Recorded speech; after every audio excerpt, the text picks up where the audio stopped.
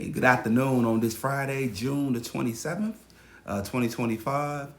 I posted uh, this thing on social media, on Facebook and another platform where it talks about the 12 tribes and them waking up to who they are, right? And one of the followers on my platform responded and, yeah, they're waking up to who they are, but do they even know why the 12 tribes, why we was cursed in the first place? And I agree with him wholeheartedly. A lot of people, they're waking up to who they are and whose they are, and we're gonna take back this, we're gonna do this, do that. But a lot of them, it don't dawn on them, or they just don't know, haven't researched why were we cursed in the first place. I've heard people talk about where was God doing slavery and this and that. Well, that person is showing their ignorance and don't read the word, because we, our ancestors, disobeyed, didn't keep the laws and commandments. That was the repercussions of that. He was like, keep the laws and commandments, this, that, and the third will happen. And you read Deuteronomy chapter 28. And then it also says, if you don't keep the laws and the commandments, this, and happening. What they chose the latter. They didn't keep it.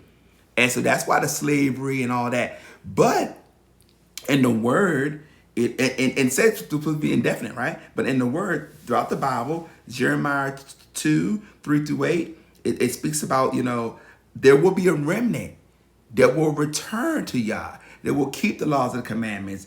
A remnant is mentioned in Romans, the book of Romans, chapter, let me find it here, chapter 11, verses 5.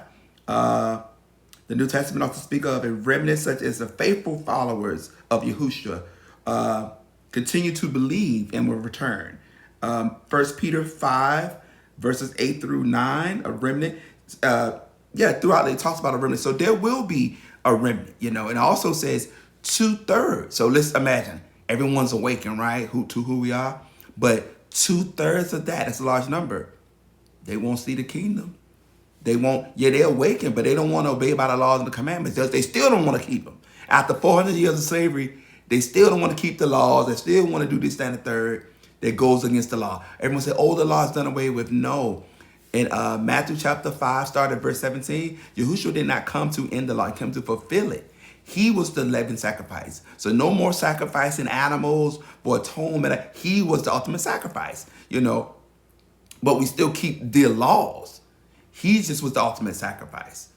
So the people was put to death for sins and all that. No more. He was the ultimate sacrifice. But he didn't mention that he's changing anything. He just came to fulfill. And I don't know where people get this. He's changing and we don't have to do the law because he came, when the Bible does not say that.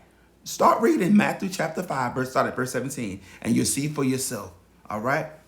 So now that we awaken, you know who you are, you still have to keep the law. You still have to obey Yahuwah. All right? All right.